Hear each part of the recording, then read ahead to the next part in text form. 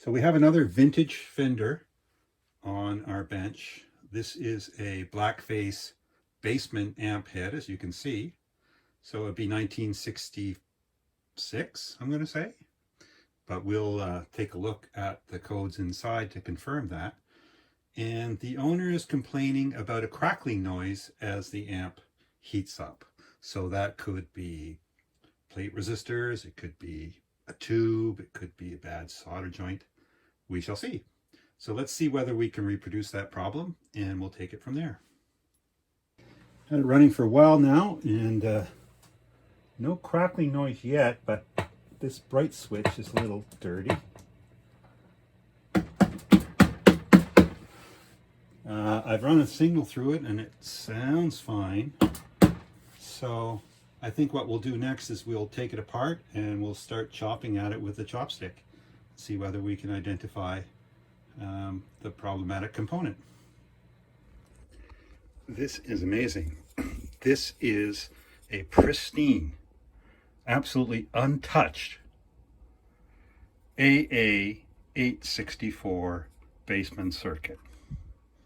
So how do we know it's an AA165 and not an AB165? For one thing, the normal channel is not connected to the second gain stage. Only the bass channel is, and that is one difference between those two. Another little difference here that's quite a giveaway is this little cap here leading to the phase inverter is a 500 picofarad rather than a 0.1 microfarad as we see in the 165 circuit. And all of these Astron cathode bypass caps here, these dual cans, let's see, they are dated 6452. They are dated the 52nd week of 1964. That one is. And this one is the 4th week of 1965.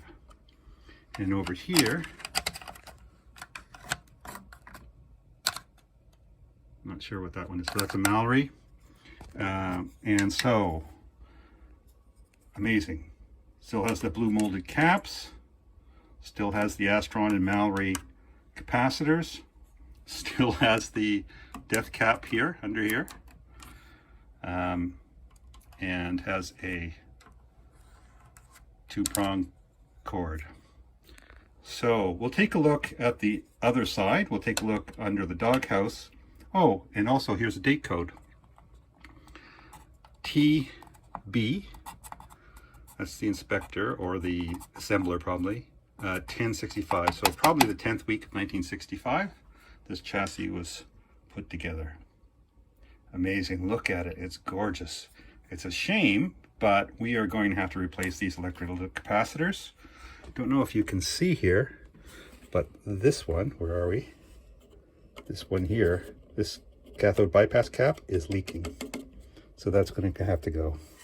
We'll just replace all of the electrolytics. Leave the signal caps as they are. And cut out that depth cap here. And probably change the cord to a 3-prong. What a great circuit. So far, the only thing I've found is this jack right here, which is causing some crackling as it's moving. Everything else seems to be pretty stable.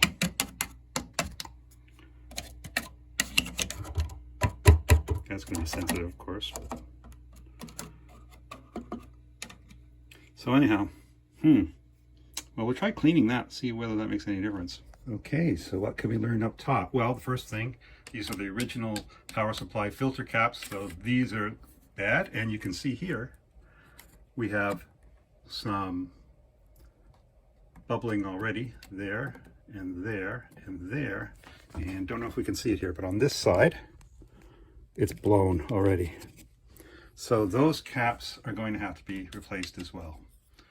The tubes, wow, these are RCA 7025s, RCA 7025, RCA 7025, and then the phase inverter is a Philips. Wow. And then the power tubes, of course, are modern groove tubes. Let's take a look at the dates on the transformers. So this is the second week of 1965 on the power transformer. On the choke, we have the 5th week of 1965. And on the output transformer, we have the 2nd week as well of 1965. The date codes on these,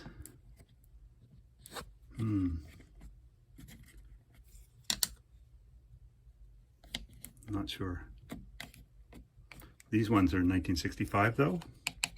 They're dated on there. Amazing. Okay, so here's the plan.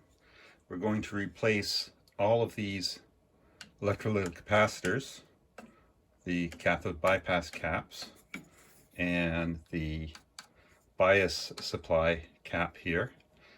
We're going to replace the electrolytic capacitors in the power supply, the filter caps, and we are going to replace this 2-prong cable with a 3-prong, and we are going to ground it properly, and we are going to use the correct strain relief. So let's get at it. Okay, so I've made sure that there is no voltage left in the system, so we won't get a surprising shock, hopefully. And the first thing we're going to do is remove this power cord. So we're going to be replacing this 2-prong cord with a 3-prong, and you can see that it is soldered to the courtesy receptacle. So the first thing we'll do is desolder that, and then we will unclamp the strain relief and see if we can get that through.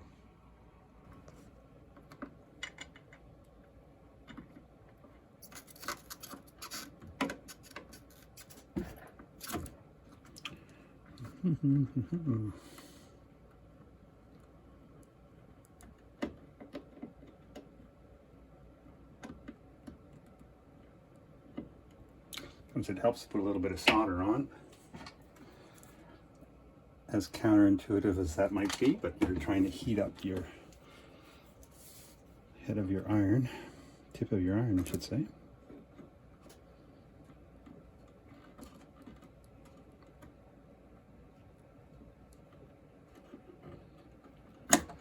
Okay, great. Now let's see if we can get that through the strain relief.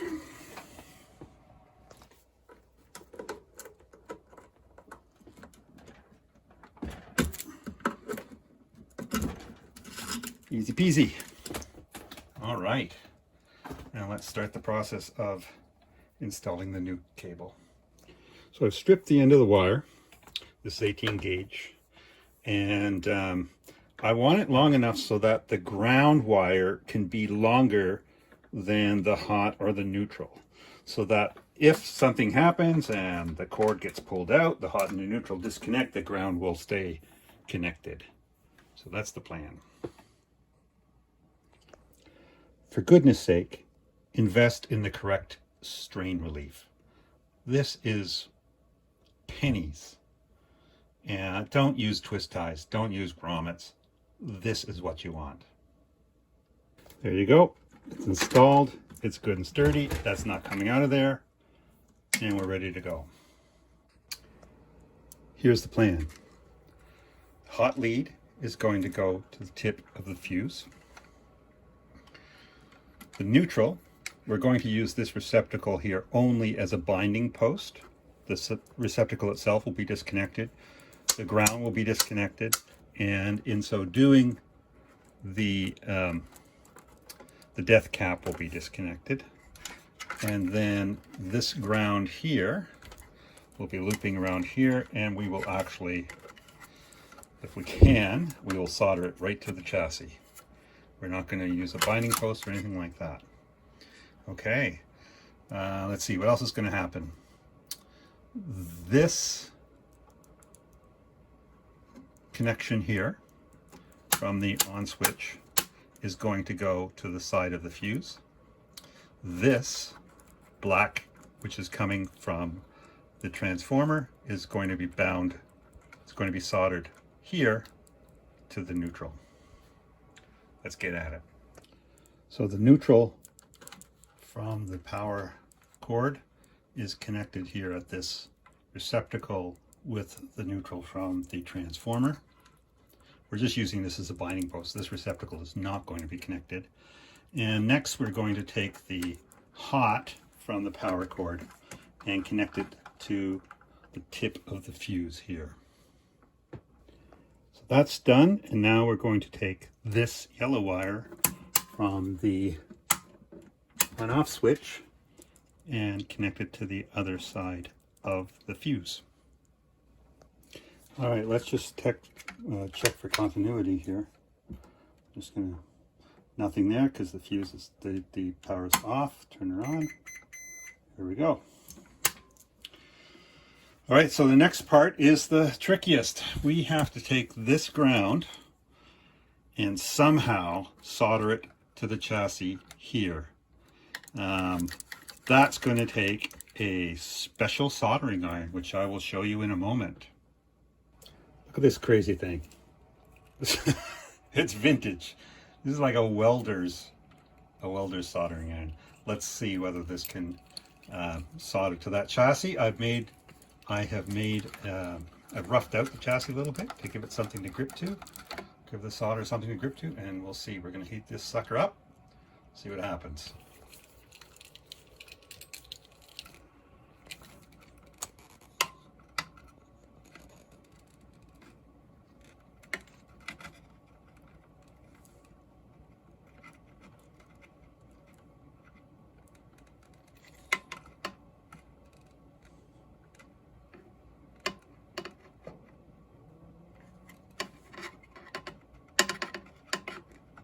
Okay, we're good. That's in there good and solid. That's not going anywhere. Got a good chassis ground there. So I think everything is done in terms of the wiring of the three-prong extension. It's just a matter now of testing it. So the switch is off, the power switch is off. We have neutral and hot here. I could have done this a lot better. And we're not getting any continuity, and I turn the switch on and there's your continuity. So that's a good sign. The ground is in fact grounded to the chassis. All right, well, maybe we can have the courage to turn the power on. Okay, so we're going to test the live power. Just for safety's sake, I'm running through a light bulb limiter and a variac, so we'll bring up the power slowly. And let's see, first of all, let's turn this on. Bring this up slowly. Oh, I have no tubes in the amp, so there's no load on it. And already we're starting to see that, so that seems to work. 120 volts. So obviously that's working just fine. Nothing has blown up yet. That's a good sign. Okay, great. Okay, so this should be 1K. 1.1K, that's good. This should be 4.7K. 4.6K, that's good. And this is 28K, or 27K rather. And it's 28K. So that is good.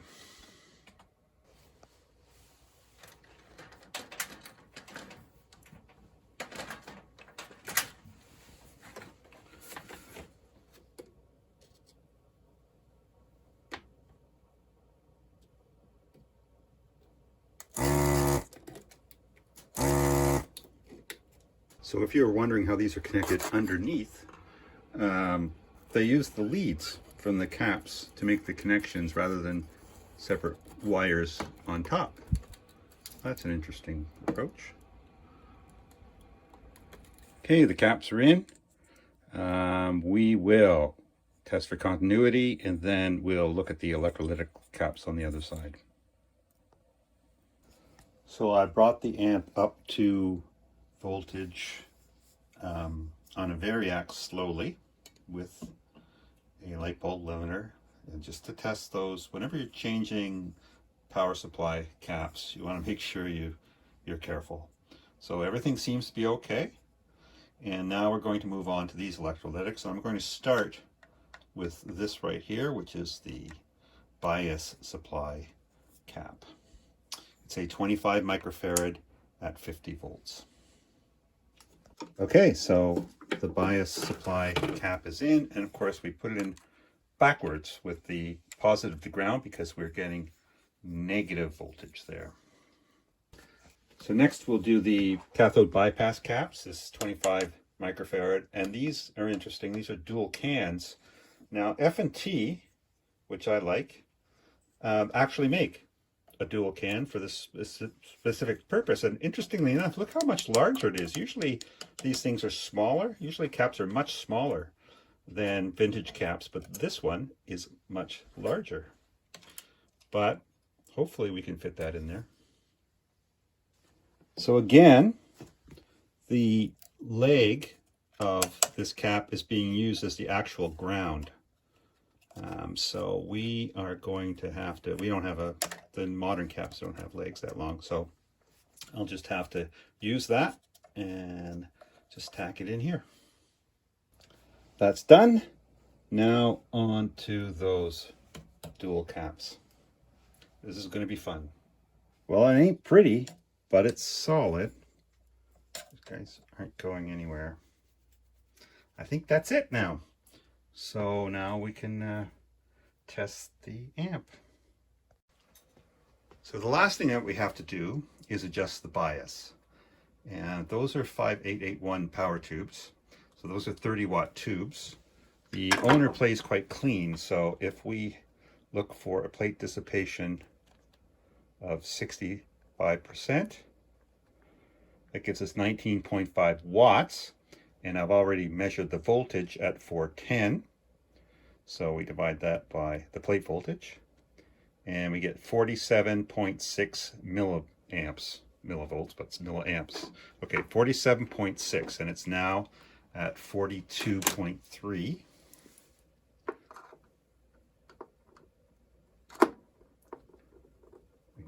Get that adjustment. There we go. Nope, maybe not. There we go.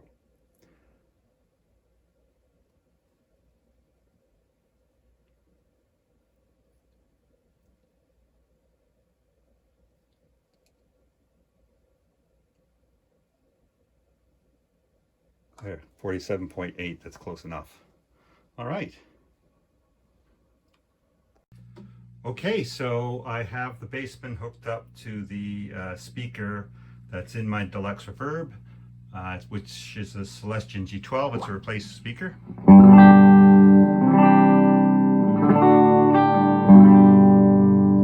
Nice rich sound there.